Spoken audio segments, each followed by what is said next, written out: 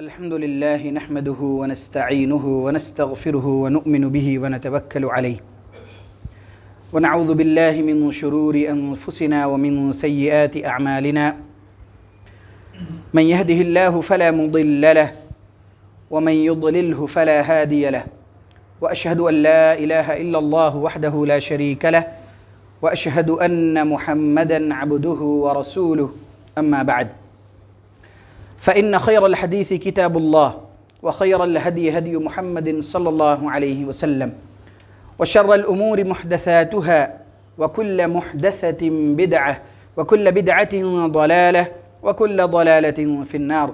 قال الله تبارك وتعالى في القرآن الكريم: أعوذ بالله من الشيطان الرجيم يا أيها الذين آمنوا اتقوا الله حق تقاته ولا تموتن إلا وأنتم مسلمون. وقال تعالى في موضع آخر: بسم الله الرحمن الرحيم يا أيها الناس اتقوا ربكم الذي خلقكم من نفس واحدة وخلق منها زوجها وبث منهما رجالا كثيرا ونساء واتقوا الله الذي تساءلون به والأرحام إن الله كان عليكم رقيبا. وقال تعالى في موضع آخر: أعوذ بالله من الشيطان الرجيم يا أيها الذين آمنوا اتقوا الله وقولوا قولا سديدا يصلح لكم أعمالكم ويغفر لكم ذنوبكم ومن يطع الله ورسوله فقد فاز فوزا عظيما. تمام قسم کی تعریفات و توصیفات، کبریائی و بڑائی، حمد و ثنا صرف اور صرف اس اللہ رب العالمین ہی کے لیے لائق و زیبا اور سزاوار ہے جس نے سارے جہاں کو بنایا، جو سارے جہاں کا خالق و مالک ہے اور سارے جہاں کے نظام کو بخوبی چلانے والا ہے. بعدہ بے شمار درود و سلام نازل ہو نبی آخر الزماں محمد عربی صلی اللہ علیہ وسلم پر. حاضرین جمعہ، گزشتہ جس عنوان پر آپ کے سامنے کچھ اہم باتیں رکھی گئی تھیں، آج بھی اسی عنوان پر انشاءاللہ چند اور باتیں آپ کے گوش گزار کرنا چاہوں گا. عنوان تھا کہ مزدور کے حقوق و فرائض، کس طرح سے ان کے ساتھ برتاؤ ہونا چاہیے، ان کے ساتھ قرآن و سنت نے ہمیں کس طرح سے معاملات کرنے پر آمادہ کیا. بہت موٹی موٹی باتیں اور قرآن و حدیث کی باتیں آپ کے سامنے انشاءاللہ رکھی جائے گی. گزشتہ ہفتے چند باتیں آئیں، بیچ میں ایک ہفتہ چھوڑ کر اس سے پہلے، اور آج بھی انشاءاللہ چند باتیں آپ کے سامنے رکھی جائیں گی. جب آدمی کسی کو ہائر کرے اپنے کام کے لیے اور اپنی ضروریات کو پوری کرنے کے لیے، تو آدمی کو چاہیے کہ ان کے کام کے ساتھ کئی طرح سے ان کا تعاون کرے، ان کے ساتھ معاملات اچھے کریں. اور اگر ان کو کچھ ایسا کام دے دیا جائے جو تھوڑا مشکل ہو، کسی اور کے مدد کی ضرورت پڑے، تو چاہیے کہ جس نے ہائر کیا یا پھر کسی اور آدمی کو لگا دے، دو آدمی کو لگا دے، یا وہ خود اس میں کیا کرے، کچھ نہ کچھ تعاون کر دے، تاکہ اس کے لیے کیا ہو جائے، مزدور کے لیے وہ آرام دہ ہو جائے، آسان ہو جائے. کیونکہ اللہ تبارک و تعالیٰ نے نیکی اور اچھائی کے کاموں میں ایک دوسرے کے تعاون کرنے کا حکم دیا. اور جو آدمی مزدور ہوتا ہے وہ اپنی محنت و مشقت سے اپنی ضروریات کی تکمیل، اپنے ماتحت اپنے آل و اولاد کی ضروریات کی تکمیل کے لیے وہ محنت و مشقت کرتا ہے، اور یہ بھی ایک نیکی کا کام ہے، اور یہ بھی ایک تقوی اور پرہیزگاری کا کام ہے. اللہ تبارک و تعالیٰ نے سورہ المائدہ میں ارشاد فرمایا: وَتَعَاوَنُوا عَلَى الْبِرِّ وَالتَّقْوَى وَلَا تَعَاوَنُوا عَلَى الْإِثْمِ وَالْعُدْوَانِ، کہ تم آپس میں ایک دوسرے کی تعاون کرو نیکی اور تقوی پرہیزگاری کے کاموں میں، بھلائی اور خیر کے کاموں میں ایک دوسرے کی مدد کرو. اور یہ ارشاد فرمایا کہ گناہ اور سرکشی کے کاموں میں کوئی کسی کی مدد نہ کرے، کوئی کسی کا تعاون نہ کرے. اللہ تبارک و تعالیٰ نے اس چیز کا حکم دیا. بخاری کی روایت ہے، معرور بن سوید کہتے ہیں: لقیت ابا ذر رضی اللہ عنہ بالربذہ. وہ کہتے ہیں، معرور بن سوید کہتے ہیں کہ میری ملاقات حضرت ابو ذر رضی اللہ تعالیٰ عنہ سے ہوئی. کہاں پر؟ مقام ربضہ میں، ربضہ مقام ہے، وہاں پر ملاقات ہوئی. تو کیا چیزیں انہوں نے دیکھی اور پھر ان کے وجوہات انہوں نے معلوم کیے، اس چیز کو اس روایت میں بیان کیا گیا. وہ کہتے ہیں کہ میں نے دیکھا، ملاقات جب ہوئی ان سے میری، حضرت ابو ذر رضی اللہ تعالیٰ عنہ سے، تو میں نے دیکھا وعلیہ حلہ، ان کے اوپر ایک بہترین چادر وہ اوڑھے ہوئے ہیں، یعنی ایک لباس وہ پہنے ہوئے ہیں. اور یہ ارشاد فرمایا وعلی غلامہ حلہ، ان کے ساتھ جو غلام ہیں، جو ان کا خادم ہیں، جو ان کے معاون ہیں، جو ان کا کام کاج کرتے ہیں، ان پر بھی اسی طرح کا کپڑا ہے، اسی طرح کی چادر ان کے پاس بھی ہے جو وہ اوڑھے ہوئے ہیں.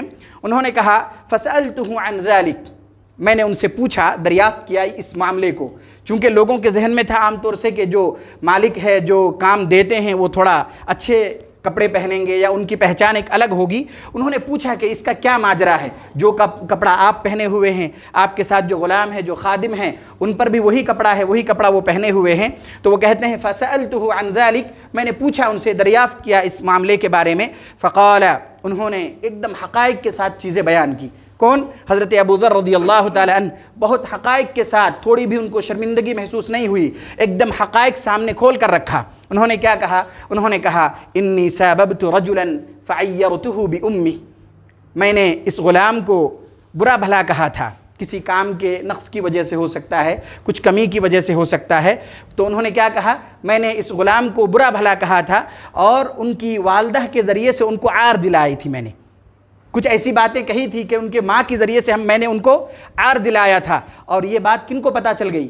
اللہ کے نبی صلی اللہ علیہ وسلم کو اس بات کی خبر پہنچی۔ فقال، تو وہ کہتے ہیں حضرت ابو ذر رضی اللہ تعالیٰ عنہ کہتے ہیں فقال لی النبی صلی اللہ علیہ وسلم یا ابا ذر اعیرتہ بأمہ، کہ ابو ذر کیا تم نے اسے ان کی ماں کے ذریعے سے عار دلائی ہے، یعنی تم نے اسے برا بھلا کہا ہے کیا؟ اللہ کے نبی صلی اللہ علیہ وسلم نے تحقیق کی اور پھر آگے یہ ارشاد فرمایا انک امرؤ فیک جاہلیہ، تم ایک ایسے آدمی ہو کہ تمہارے اندر آج تک زمانہ جاہلیت کی چیزیں موجود ہے۔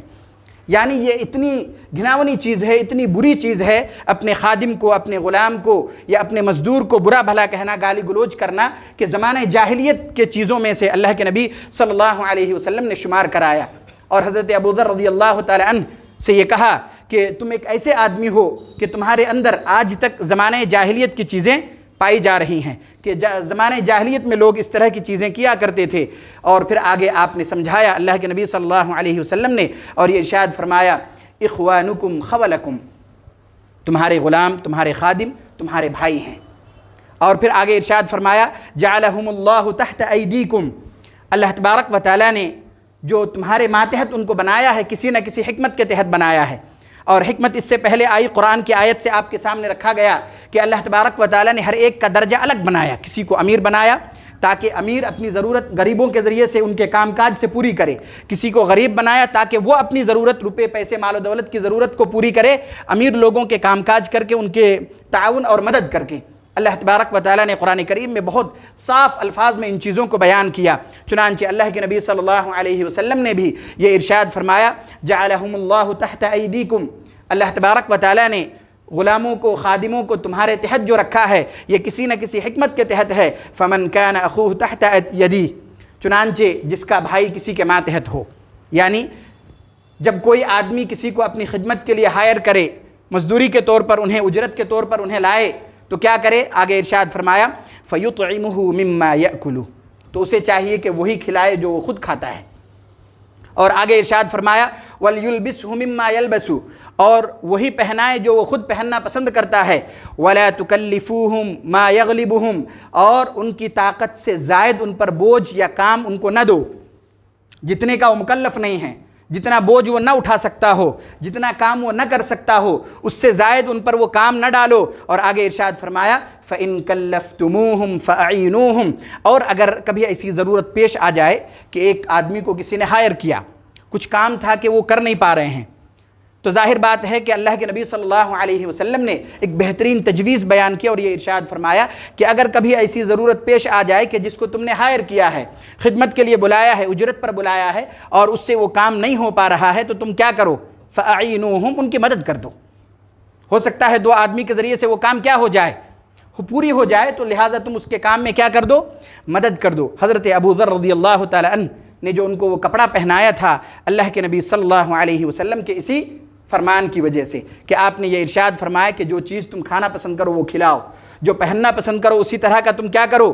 اسے پہناؤ، تاکہ ان کے دل میں یہ احساس کمتری نہ ہو، چونکہ اللہ تبارک و تعالیٰ کے پاس کس کا مقام کس طرح ہوگا، اور اللہ کے پاس جو مقام و مرتبے ہوں گے وہ مال و دولت کی وجہ سے نہیں ہوگا، حسب و نسب کی وجہ سے نہیں ہوگا، عہدے داری کی وجہ سے نہیں ہوگا، بلکہ اللہ تبارک و تعالیٰ کے پاس مقام و مرتبہ اس طور پر شمار کیے جائیں گے کہ کس کے پاس تقوی اور پرہیزگاری زیادہ ہے۔ چاہے وہ مالدار ہو، غریب ہو، مسکین ہو، کسی طبقہ کے سے تعلق رکھنے والے ہوں، اللہ کے پاس جو مقام و مرتبہ شمار کیا جائے گا وہ تقوی اور پرہیزگاری کے بنیاد پر شمار کیا جائے گا۔ ضرورت اس بات کی ہے کہ جب ہم کسی کو اجرت پر لائیں تو انہیں ہم احساس کمتری میں مبتلا نہ ہونے دیں، انہیں اس بات کا احساس نہ دلائیں کہ اللہ نے تم کو غریب بنایا ہے لہٰذا تم غریب ہی رہو۔ یہ احساس کمتری ہم ان کو نہ دلائیں، ان کے ساتھ اچھا معاملہ کریں، اچھی بات چیت کریں، ان کے ساتھ اچھا سلوک کریں۔ اور اس کے بعد آئیے بہترین تجویز بیان کی گئی کہ جب کسی کو ہم اجرت پر رکھیں، کسی طرح کا معاملہ ہو، کسی طرح کا کام ہو، کسی بھی ناحیے کا کام ہو، اجرت طے کر لینی چاہیے۔ جو ان کا معاوضہ ہے، جو ان کے اوقات کا، ان کی محنت و مشقت کا جو معاوضہ ہے، وہ کام سے پہلے کیا ہو جانا چاہیے؟ طے ہو جانا چاہیے۔ ایک بہترین مثال آپ کے سامنے رکھتا ہوں، آپ سبھی نے تفصیل سے وہ واقعہ سنا ہوگا کہ جب حضرت موسیٰ علیہ السلام حضرت شعیب علیہ السلام کے گھر تک پہنچے، کس طرح سے؟ ان کے جانوروں کو پانی پلا کر، ان کی جو 2 بیٹیاں تھیں ان کے ساتھ آگے وہ چل رہی تھی اور پیچھے پیچھے حضرت موسیٰ علیہ السلام چلے اور کہاں پہنچ گئے؟ حضرت شعیب علیہ السلام کے گھر پر۔ اور وہاں پر جو معاملہ ہوا، جو عہد ہوا، ایک دوسرے کی جو بات چیت ہوئی، جو معاہدہ ہوا، یہ اجرت پر پہلے اجرت طے ہوا، اس کے بعد معاملہ طے پایا۔ اللہ تبارک و تعالیٰ نے اس چیز کو بیان کیا قرآن کریم میں، سورہ قصص میں ارشاد فرمایا، قالت احداہما یا ابت استأجر، کہ جو 2 بہنیں تھیں ان میں سے ایک نے کہا، کیا کہا اپنے والد سے؟ کہ آپ ان کو اجرت پر رکھ لیجئے۔ کن کو؟ حضرت موسیٰ علیہ السلام کے بارے میں۔ اور صرف انہوں نے یہ نہیں کہا کہ آپ ان کو اجرت پر رکھ لیجئے، بلکہ دبے الفاظ میں اور بہت پیارے الفاظ میں یہ بھی کہا کہ اجرت پر آپ ان کو رکھیے، ایسے آدمی کو رکھنا چاہیے جو امانت دار بھی ہو اور طاقت و قوت والا بھی ہو۔ چنانچہ انہوں نے کیا کہا، کیا الفاظ استعمال کیا؟ آگے ارشاد فرمایا، انہوں نے ان میں سے ایک نے کہا، قالت احداہما یا ابت استأجر ان خیر من استأجرت القوی الامین، اور بے شک اجرت پر اس شخص کو رکھا جاتا ہے یا آپ اس کو رکھیے جو طاقتور بھی ہو اور امانت دار بھی ہو۔ حضرت موسیٰ علیہ السلام کے بارے میں یہ دونوں چیزیں دونوں بہنوں نے دیکھ لی تھیں کہ طاقتور بھی ہے اور امانت دار تو ہے ہی۔ اس کے بعد جو معاہدہ ہوا، حضرت شعیب علیہ السلام نے کیا کہا؟ قال انی اريد ان انکحک احدى ابنتی هاتین على ان تأجرنی 8 حجج فان اتممت 10 فمن عندک۔ حضرت شعیب علیہ السلام نے کہا کہ میں اپنے دونوں بچیوں میں سے ایک کا نکاح آپ کے ساتھ کرتا ہوں اس اجرت کے بدلے کہ آپ 8 سال تک میرے پاس خدمت کریں گے۔ کتنے سال؟ 8 سال تک کیا کریں گے؟ خدمت کریں گے۔ حضرت موسیٰ علیہ السلام کو اس چیز کی ضرورت تھی، ان کے پاس رہنے کے لیے مکان نہیں تھا، کھانے پینے کی چیزیں نہیں تھی، مال و دولت نہیں تھے ان کے پاس، بالکل اکیلے اور تنہا تھے۔ تو ان کو ایک بہت اچھا حضرت شعیب علیہ السلام نے یہ موقع عنایت کیا، کیا کہا کہ میں ان دونوں میں سے ایک کا نکاح آپ سے کر دوں گا، لیکن اس کے بدلے میں رہنے کھانے پینے کے لیے، اس کے بدلے میں مجھے 8 سال تک آپ کی کیا چاہیے؟ خدمت چاہیے۔ اور آگے کی کیا کہا انہوں نے؟ آگے یہ بھی کہا حضرت شعیب علیہ السلام نے، فَإِنْ أَتْمَمْتَ 10 فَمِنْ عِنْدِكَ، 8 سال تو کرنا ہی ہے، یہ تو طے ہے، اگر آپ 10 بھی پورا کر دیں تو یہ آپ کی جانب سے ہے، اس میں کوئی زور زبردستی نہیں ہے۔ 8 سال تو طے شدہ ہے، اگر آپ 10 مکمل کر دیں تو یہ آپ کی جانب سے مجھ پر ایک احسان ہوگا، آپ پر کوئی زور زبردستی نہیں ہے، 8 مکمل کرنے کے بعد آپ اپنے راستے جا سکتے ہیں۔ اور یہ معاہدہ آگے بڑھتے ہوئے حضرت شعیب علیہ السلام نے یقین بھی دلایا، صرف معاہدہ نہیں ہوا، یہ بہت لمبی مدت تھی۔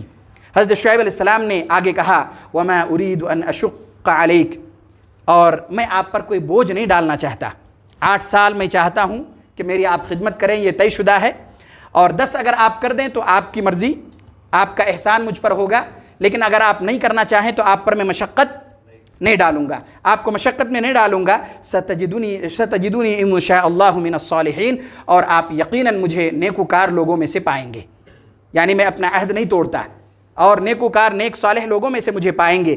حضرت موسیٰ علیہ السلام نے گویا کہ ڈیل پکی کی آگے، انہوں نے کہا، قال ذلک بینی و بینک ایما الاجلین، انہوں نے کہا یہ میرے اور آپ کے درمیان معاہدہ ہے، اور ان دونوں میں سے جو چاہے میں پورا کروں گا، وہ میرے اختیار میں ہے، 8 تو میں کروں گا ہی، وہ تو کرنا ہی پڑے گا، لیکن 10 کے بارے میں اختیار رکھتا ہوں اپنے پاس، اگر میں چاہوں تو کروں یا اگر نہ چاہوں تو نہ کروں، ایما الاجلین، دونوں میں سے کوئی ایک میں کیا کروں گا؟ پورا کروں گا۔ قضیت فلا عدوان علی، اور مجھ پر کوئی دباؤ نہیں ہوگا، 10 سال پورا کرنے کا دباؤ نہیں ہوگا۔ اور یہی بات حضرت شعیب علیہ السلام نے بھی کہی تھی، اور پھر آگے یہ ارشاد فرمایا واللہ علی ما نقول وکیل، اور جو باتیں ہم کہہ رہے ہیں، جو عہد اور جو معاہدہ ہم کر رہے ہیں، اس پر اللہ تبارک و تعالیٰ کیا ہے؟ گواہ ہے۔ تو حضرت موسیٰ علیہ السلام نے کیا کہا؟ جو باتیں، جو معاہدہ ہم کر رہے ہیں، اس معاہدے پر گواہ کس کو بنایا؟ اللہ تبارک و تعالیٰ کو۔ تو اس آیت سے دیکھیے کتنے صاف الفاظ میں اور کتنے پیارے انداز میں اللہ تبارک و تعالیٰ نے یہ سمجھایا، کسی طرح کا بھی معاملہ ہو، دنیاوی کوئی بھی معاملات ہو، اگر وہ بات اجرت پر آتی ہے، لین دین پر آتی ہے، تو پہلے کام کرنے سے پہلے کیا کرنا چاہیے؟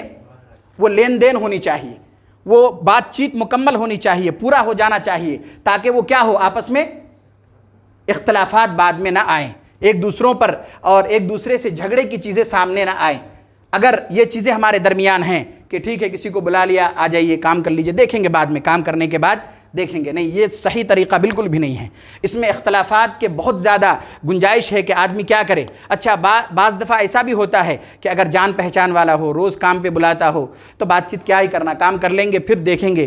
اس میں بھی بعض دفعہ جو کام کرنے والا ہوتا ہے، ہو سکتا ہے وہ تکلف میں اپنا جو معاوضہ وہ چاہتا ہو وہ نہ بیان کر سکتا ہو، لہٰذا ضرورت اس بات کی ہے کہ جب بھی کسی سے کام کاج لیے جائیں تو کیا ہو جائے؟ ایک معاہدہ ہو جائے، ایک عہد ہو جائے، اور ایک اجرت بھی طے ہو جانی چاہیے، تاکہ بعد میں کسی طرح کی کوئی خلل اور کسی طرح کا کوئی جھگڑا سامنے نہ آئے۔ مزدوروں کی استطاعت کے برابر کام لینا چاہیے، جیسا کہ ابھی آپ کے سامنے روایت آئی جس میں اللہ کے نبی صلی اللہ علیہ وسلم نے یہ ارشاد فرمایا کہ تم ضرورت سے زائد یا ان کی طاقت سے زائد ان پر بوجھ نہ ڈالو۔ اس کے بعد مزدور کے ساتھ حسن سلوک کا بھی حکم دیا۔ اللہ کے نبی صلی اللہ علیہ وسلم نے مزدور کے ساتھ حسن سلوک اور اچھا معاملہ کرنے کا حکم دیا۔ مسلم کی روایت ہے، حضرت ابو ہریرہ رضی اللہ تعالیٰ عنہ کی روایت ہے، وہ کہتے ہیں اذا صنع لأحدکم خادمہ طعامہ، کہ جب تم میں سے کسی شخص کے لیے اس کا خادم کھانا بنائے، ثم جاءہ بہ، اور پھر اسے سرو بھی کرے، کھانا پکایا، تیار کیا لذیذ کھانا، اور پھر اسے کیا کرے؟ لگائے بھی۔ جیسے عام طور سے ہم کسی کو دعوت کے کھانے کے لیے بلائیں، جو کیٹررس ہوتے ہیں وہ کھانا پکاتے ہیں اور پھر اس کے بعد وہ سرو بھی کرتے ہیں، نکال کر بھی دیتے ہیں۔ اللہ کے نبی صلی اللہ علیہ وسلم نے یہ ارشاد فرمایا کہ جب تم میں سے کسی شخص کے لیے اس کا خادم کیا کرے؟ کھانا بنائے اور سرو بھی کرے، وقد ولی حرہ ودخانہ، اور انہوں نے گرمی کی شدت کو بھی برداشت کیا کھانا بناتے ہوئے، اس کے دھوؤں کو بھی انہوں نے جھیلا، اس چیز کو مد نظر رکھتے ہوئے فَلْيُقْعِدْهُ مَعَهُ فَلْيَأْكُلْ، تو اسے چاہیے کہ وہ اپنے ساتھ اس کو بٹھائے اور کھلائے۔ یہ حسن سلوک کی بات ہے، یہ اچھا معاملہ کرنے کی بات ہے۔ اللہ کے نبی صلی اللہ علیہ وسلم نے یہ ارشاد فرمایا کہ اسے اپنے ساتھ بٹھائے اور کھلائے، اور آگے یہ بھی ارشاد فرمایا فَإِنْ كَانَ الطَّعَامُ قَلِيلًا فَلْيَضَعْ فِي يَدِهِ مِنْهُ أُكْلَةً أَوْ أُكْلَتَيْن قال لقمة أو لقمتين، اور یہ ارشاد فرمایا کہ اگر کھانا آپ نے بلایا اجرت پہ، مثال کے طور پر کسی نے اجرت پہ بلایا 5 آدمی کے کھانا بنوانے کے لیے، اور آپ نے 5 آدمی کا کھانا بنوایا اور کام کرنے والے 2-3 ہیں، آپ کو پتہ ہے کہ کھانا کم پڑے گا اگر ان تینوں کو بھی آپ دیں گے، یقیناً آپ جو اجرت اس سے طے کر چکے ہیں وہ اس پر کافی ہے، آپ کی ذمہ داری نہیں ہے کہ آپ ان کو کیا کریں؟ کھانا بھی دیں، اجرت نہیں ہے آپ پر، یہ احسان ہے یہ کہ اللہ کے نبی صلی اللہ علیہ وسلم نے رہنمائی کی، اس کی ایک تجویز بتائی آپ صلی اللہ علیہ وسلم نے بہترین، اور یہ ارشاد فرمایا کہ اگر کھانا کم ہو تو ضروری نہیں ہے کہ آدمی ساتھ میں ہی بٹھا کر کھلائے، 1 لقمہ یا 2 لقمہ ان کو کیا کر دے دے، یعنی اگر کھانا کم بھی ہو تب بھی احسان اور اچھا معاملہ کا طریقہ یہ ہے کہ اسی میں سے کچھ نہ کچھ کیا کر دے، انہیں بھی دے دے، تاکہ ان کی دل شکنی بھی نہ ہو، اور اللہ کے نبی صلی اللہ علیہ وسلم کا جو فرمان ہے اس پر بھی کیا ہو جائے؟ عمل ہو جائے۔ مزدور ہے، اور جو بھی مزدور ہے چاہے مالک ہو یا مزدور ہو، ہر آدمی انسان ہے، فطری طور پر ان کے اندر یہ صفت ہے کہ اس سے غلطی ہو سکتی ہے، چاہے مالک ہو یا مزدور ہو۔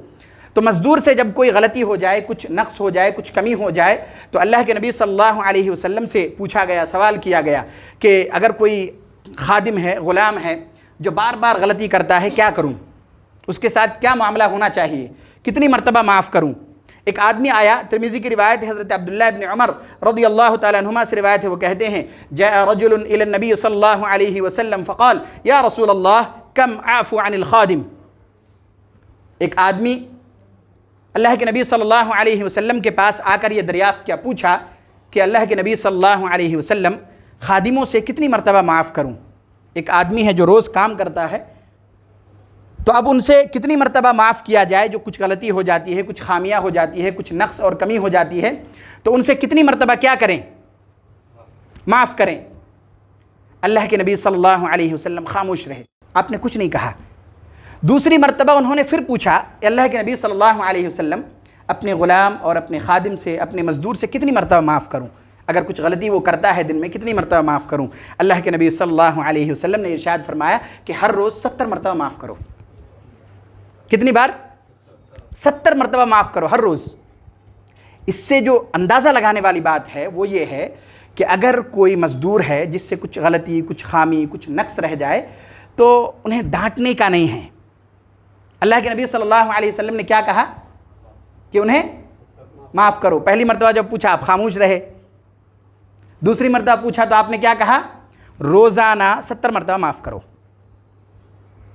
اس میں دو چیزیں سمجھنے کی ہے۔ پہلی چیز، مالک پر یہ ذمہ داری ہے کہ اگر خادم سے کچھ غلطی، کچھ خامیاں ہو جائے، مزدور سے کچھ نقص رہ جائے تو اسے کیا کرے؟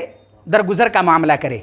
دوسری طرف مزدور پر، خادم پر اور غلام پر یہ ذمہ داری ہے، بلکہ ان پر یہ فرض عین ہے کہ جو معاہدہ اس نے کیا ہے، جو اجرت طے انہوں نے کیا ہے، اس پر وہ کھرا اترے۔ کہیں ایسا نہ ہو حدیث سننے کے بعد آدمی کے دل میں یہ آئے اللہ کے نبی نے فرمایا ہے کہ 70 مرتبہ معاف کرنا ہے، لہذا 70 غلطیاں کر کے چھوڑیں گے۔ نہیں، یہ ان کی طرف سے کیا ہوگی؟ خامی ہوگی۔ یہ جو غلطیاں ہیں، یہ خامیاں ہیں، یہ کس طرح ہے؟ انجانے میں ہو یا ان کے اندر یہ صلاحیت نہیں ہے کہ اس کو پورا اور مکمل طور پر کر سکے۔ اللہ کے نبی صلی اللہ علیہ وسلم نے کیا فرمایا کہ اگر ہو جائے تو کیا کرو؟ درگزر کرو۔ لیکن یہ ہرگز اس کا مطلب یہ نہیں ہے کہ آدمی یہ سن کر کیا کرے؟ 70 غلطیاں کر کے ہی چھوڑے وہ۔ نہیں، یہ ان کی طرف سے کیا ہوگی؟ کوتاہی ہوگی۔ جو انہوں نے اجرت جس چیز کا لیا ہے ان پر یہ ذمہ داری بنتی ہے کہ اپنی استطاعت کے بقدر مکمل طور پر اس اجرت پر کھرا اترے۔ وہ جس کام کے لیے اسے بلایا گیا ہے، مثال کے طور پر اگر ایک آدمی سے کوئی اس طرح بات کرے کہ ایک یہ فلور ہے، اس کو اچھے سے صفائی کرنا ہے، پانی وغیرہ لگا کر، پوچھا وغیرہ مار کے صفائی کرنی ہے، اور اس کی اجرت میں اتنا طے کرتا ہوں، تو اب ان پہ یہ ذمہ داری ہے کہ وہ کسی کونا کو نہ چھوڑے، کہیں پر دھول مٹی نہ چھوڑے۔ اب ان کی یہ ذمہ داری، یہ غلطی نہیں ہے، اس کو صاف کر سکتے ہیں، یہ غلطی نہیں ہے، اس کو کیا کر سکتے ہیں؟ صاف کر سکتے ہیں۔ اگر کچھ ٹائم لگ جائے، ٹائم کی بات ہی نہیں ہوئی، یہ آپ کو صاف کرنا ہے مکمل طور پر، اور آپ نے یہ بات اجرت کے طور پر طے بھی کیا ہے کہ میں اسے مکمل صاف کرنے کا اتنا اجرت لوں گا، لہٰذا آپ اجرت لینے والے کی ذمہ داری ہے کہ اس کی صفائی مکمل طور پر کرے۔ اللہ کے نبی صلی اللہ علیہ وسلم کے پاس ایک آدمی آ کر یہ کہا، یا رسول اللہ کم اعفو عن الخادم، اپنے خادم اور غلام سے کتنی مرتبہ معاف کروں؟ فصمت رسول اللہ صلی اللہ علیہ وسلم، تو اللہ کے نبی صلی اللہ علیہ وسلم خاموش رہے۔ ثم قال، انہوں نے پھر کہا، یا رسول اللہ کم اعفو عن الخادم، اپنے غلام سے کتنی مرتبہ معاف کروں؟ فقال کل یوم 70 مرہ، روزانہ 70 مرتبہ کرو، 70 مرتبہ درگزر کرو، یعنی ان کے ساتھ اچھا معاملہ کرو، اچھائی سے پیش آؤ۔ اگر کچھ خامیاں ہو جاتی ہیں، آپ کو پتہ ہے کہ کس طرح کرنا ہے، تو ان کو کیا کرنی چاہیے؟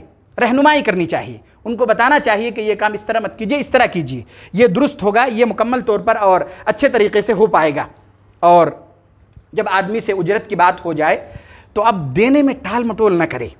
اب مثال کے طور پر کسی کے ساتھ بات چیت ہو گئی، اجرت طے ہو گیا، انہوں نے کام بھی کر لیا، تو اب دینے میں آگے پیچھے نہ کریں۔ اللہ کے نبی صلی اللہ علیہ وسلم کا تو فرمان یہ ہے کہ آدمی کا پسینہ خشک ہو جانے سے پہلے کیا کرے؟ ان کو ان کا اجرت پہنچ جانا چاہیے۔ تو جب آدمی کام کرے تو ہونا یہ چاہیے کہ آدمی کو کیا کرے؟ فوراً ان کو دے دے اس کی اجرت۔ اب ہم عام طور سے دیکھتے ہیں معاشرے میں، کسی کمپنی میں آپ جاب کریے، کسی کے پاس منتھلی کے حساب سے رہیے، تو یہ ایک معاہدہ ہے کہ آپ نے 1 مہینے کا پورا معاہدہ کیا کہ 1 مہینے تک ہم آپ کے پاس کام کریں گے اور پھر 1 مہینے کے بعد اجرت ہمیں دیجئے۔ تو یہ بھی اسی ضمن میں ہے کہ جب معاہدہ ہو گیا، مہینہ مکمل ہو، تو کیا کرنا چاہیے؟ اس کی اجرت دے دینی چاہیے۔ اب اگر کوئی آدمی 1 ہی دن کے لیے آیا ہے، مثال کے طور پر ہم اٹھا کے لاتے ہیں، کہیں سے بلا کر لاتے ہیں، بات چیت کرتے ہیں، تو اب جب انہوں نے کام کر دیا، اب وہ جانے والے ہیں، تو اب ہم پر کیا ذمہ داری بنتی ہے کہ ہم ان کو کیا کریں؟ اجرت مکمل جو بات چیت ہوئی ہے انہیں ہم دے دیں۔ اللہ کے نبی صلی اللہ علیہ وسلم کا فرمان ہے، ابن ماجہ کی روایت ہے، عبداللہ ابن عمر رضی اللہ تعالیٰ عنہما سے روایت ہے، اعطوا الاجیر اجرہ قبل ان یجف عرقہ۔ اللہ کے نبی صلی اللہ علیہ وسلم نے ارشاد فرمایا کہ مزدور کو اس کی اجرت اس کے پسینہ سوکھ جانے سے پہلے دے دو، یعنی جو آپ کا معاہدہ ہوا ہے، جس وقت آپ نے دینے کا معاہدہ اور عہد کیا ہے، اسے کیا کر دینا چاہیے؟ اسے دے دینا چاہیے۔ پھر آدمی ایک دوسرے کے ساتھ جس طرح کا معاہدہ کرے، 10 دن کا کر لے، 20 دن کا کر لے، مہینے بھر کا کر لے، سال بھر کا کر لے، آپس کی رضامندی جتنے دن پر ہو اتنے دن پر کیا کرے آدمی؟ اس چیز کو وقت کے ساتھ اور انڈرسٹینڈنگ کے ساتھ آپس میں ایک دوسرے کے اچھائی کے ساتھ اسے کیا کر دے؟ اس کی اجرت دے دے۔ ایک آخری بات آپ کے سامنے، ایک آخری چیز سنا کر، ایک قرآن کی آیت، ایک حدیث سنا کر باتوں کو اختتام تک پہنچاتا ہوں۔ سورہ شعراء کی آیت ہے، اللہ تبارک و تعالیٰ نے ارشاد فرمایا کہ وَلَا تَبْخَسُوا النَّاسَ أَشْيَاءَهُمْ، تم لوگوں کے چیزوں میں ان کے حق میں کمی نہ کرو۔ مزدور کام کرنے کے بعد اس بات کا حق رکھتا ہے کہ انہیں ان کی اجرت مکمل طور پر ملنی چاہیے۔ اب آدمی کام ہو جانے کے بعد تھوڑا بہت کچھ نقص دکھا، کمی دکھا، اب یہ نہ کہے نہیں یہ کام تم نے اچھا نہیں کیا لہٰذا اس کا تمہیں تھوڑا کم دیں گے، یہ بالکل مناسب بات نہیں ہے۔ ہو سکتا ہے ان کی استطاعت سے باہر تھی، انہوں نے نہیں کر سکا، اب تھوڑا درگزر کرنے کی ضرورت ہے۔ اللہ تبارک و تعالیٰ نے یہ ارشاد فرمایا کہ لوگوں کی ان کی چیزوں میں ان کے حق میں کسی طرح کی کمی کر کے نہ دو، وَلَا تَعْثَوْا فِي الْأَرْضِ مُفْسِدِينَ، اور زمین پر دھڑلے سے فساد مچاتے ہوئے نہ پھرو، ایک دم بنداس جیسے فساد بھی مچائے، مزدوروں کے ساتھ ظلم بھی کرے اور دیگر ظلم بھی کرے اور پھر زمین پر چلتا پھرے۔ اللہ تبارک و تعالیٰ نے ارشاد فرمایا کہ زمین پر اس طرح سے فساد مچاتے ہوئے نہ پھرو، وَاتَّقُوا الَّذِي خَلَقَكُمْ وَالْجِبِلَّةَ الْأَوَّلِينَ، اور اس اللہ سے ڈرو جس نے تمہیں بھی پیدا کیا اور تم سے پہلے لوگوں کو بھی، کہ اگر اس طرح ظلم کرتے پھرو گے لوگوں پر تو اللہ تبارک و تعالیٰ تمہیں اسی زمین پہ سیکنڈوں میں دھسا دے گا۔ لہٰذا تم اس اللہ سے ڈرو جس نے تمہیں پیدا کیا اور تم سے پہلی قوموں کو۔ بخاری کی روایت ہے، حضرت ابو ہریرہ رضی اللہ تعالیٰ عنہ سے روایت ہے، اللہ کے نبی صلی اللہ علیہ وسلم نے ارشاد فرمایا کہ اللہ تبارک و تعالیٰ نے یہ کہا، ثلاثۃ انا خصمہم یوم القیامہ، 3 طرح کے لوگ ایسے ہیں جس سے میں خود جھگڑا کروں گا۔ کس نے کہا؟ اللہ نے کہا 3 قسم کے لوگ ایسے ہیں جس سے میں خود کیا کروں گا؟ جھگڑوں گا۔ نہایت ہی ملعون شخص ہوگا، وہ دنیا کے سب سے ملعون شخص ہوگا جس سے اللہ تبارک و تعالیٰ کی جھگڑا ہوگی۔ اللہ تبارک و تعالیٰ یہ کہے گا ثلاثۃ انا خصمہم یوم القیامہ، 3 طرح کے لوگ ہوں گے جس سے میں کیا کروں گا؟ خود جھگڑوں گا۔ رجل اعطى بی ثم غدر، جس نے کسی چیز کا معاہدہ کیا اور میری قسم کھایا میرے نام کا اور پھر اس نے غداری کی، یعنی کوئی معاہدہ ہوا، اللہ کی قسم انہوں نے کھائی اور پھر کیا کر دیا؟ توڑ دیا۔ سوچنے کی بات ہے کہ اگر آپس کے معاملات میں بھی، دوست و احباب کے معاملات میں بھی، رشتہ داروں کے معاملات میں بھی اگر کوئی آدمی عہد و پیمان کرے اور کہے کہ واللہ یہ کام میں کروں گا اور پھر نہ کرے تو اسی شخص کے ضمن میں آئے گا۔ کس شخص کے ضمن میں آئے گا؟ اس شخص کے ضمن میں آئے گا جس سے اللہ تبارک و تعالیٰ قیامت کے دن خود جھگڑے گا۔ اور یہ ارشاد فرمایا کہ پہلے قسم کا وہ لوگ، رجل اعطى بی ثم غدر، کہ پہلا وہ آدمی جس نے میرے نام کی قسم کھایا ہو کسی عہد و پیما پر اور پھر اس نے غداری کی، وَرَجُلٌ بَاعَ حُرًّا فَأَكَلَ ثَمَنَهُ، اور دوسرا وہ آدمی جس نے کسی آزاد آدمی کو بیچ دیا، غلام نہیں، غلام تو ان کے بیچنے کا حق تھا، کسی آزاد آدمی کو بیچ دیا اور پھر اس کی قیمت وہ کھا بھی لیا، یعنی اس سے فائدہ بھی اٹھایا۔ اور تیسرا وہ آدمی، رَجُلٌ اسْتَأْجَرَ أَجِيرًا فَاسْتَوْفَى مِنْهُ وَلَمْ يُعْتِ أَجْرَهُ، تیسرا وہ آدمی جس نے کسی کو اجرت پر لایا، مزدوری پر لایا، اس سے پورا کام لیا، جس کام کے لیے لایا تھا پورا کام لیا اور پھر اس کی اجرت انہوں نے نہیں دی۔ یہ جو روایت ہے اس میں 3 طرح کے لوگوں کا ذکر ہے کہ جس کے بارے میں اللہ تبارک و تعالیٰ نے یہ کہا کہ میں قیامت کے دن سے لڑائی کروں گا۔ ان میں سے ایک کون ہے؟ وہ آدمی جس نے کسی کو مزدوری پر بلایا، کام بھی کرایا پورا اور کام کرنے کے بعد اجرت ان کو نہیں دی۔ آپ اندازہ لگائیں کہ ایک ایسا آدمی جو روزمرہ کی کمائی پر ڈیپینڈ ہے، اگر ہم ان کو اجرت پر بلائیں اور پورا کام بھی کرا لیں اور جانے کے وقت ان کو اجرت نہ دے اور ان کے آنکھوں سے آنسو ٹپکے، تو اللہ کے پاس اس آنسو کی کیا قیمت ہوگی کہ اللہ خود ان سے کیا کرے گا؟ لڑائی کرے گا۔ لہذا اس معاملے میں نہایت حساس ہونے کی ضرورت ہے اور بہت ہی محتاط ہونے کی ضرورت ہے کہ جب ہم اس طرح کا معاملہ کریں تو قرآن و سنت میں جن چیزوں کے کرنے کا حکم دیا، جس طرح کے معاملات کرنے کا حکم دیا، اسی طرح کا معاملہ ہم ان سے کیا کریں تاکہ ہم اللہ تبارک و تعالیٰ کے اس طرح کی اور اللہ کے نبی صلی اللہ علیہ وسلم کی جو وعیدیں ہیں ان سے ہم اپنے آپ کو محفوظ کر سکیں۔ یہ چند باتیں تھیں جو مزدور کے حقوق اور فرائض سے متعلق آپ کے سامنے رکھی گئیں۔ اخیر میں اللہ تبارک و تعالیٰ سے دعا ہے کہ اللہ تبارک و تعالیٰ ہم سب کو آپس میں ایک دوسرے کے ساتھ خیر اور بھلائی کرنے کی توفیق نصیب فرمائے۔ یا الہ العالمین ہم میں سے جو لوگ پریشان حال ہیں ان کی پریشانیوں کو دور فرما دے۔ یا الہ العالمین ہم میں سے جو لوگ بیمار ہیں انہیں شفاء عاجلہ کاملہ دائمہ مستمرہ نصیب فرما دے۔ یا الہ العالمین ہم میں سے جو لوگ اس دنیا سے گزر چکے ہیں ان کے سیئات کو درگزر فرما دے، ان کے حسنات کو قبول فرما لے، ان کو جنت میں اعلیٰ سے اعلیٰ مقام نصیب فرما دے۔ یا الہ العالمین ہم میں سے جو لوگ معاشی، تجارتی اور کاروباری سلسلے میں پریشان حال ہیں ان کی ان پریشانیوں کو بھی دور فرما دے۔ یا الہ العالمین ہم میں سے جو لوگ قرض میں ڈوبے ہوئے ہیں ان کے قرض کی ادائیگی کا سامان مہیا فرما دے۔ آمین وآخر دعوانا ان الحمد للہ رب العالمین۔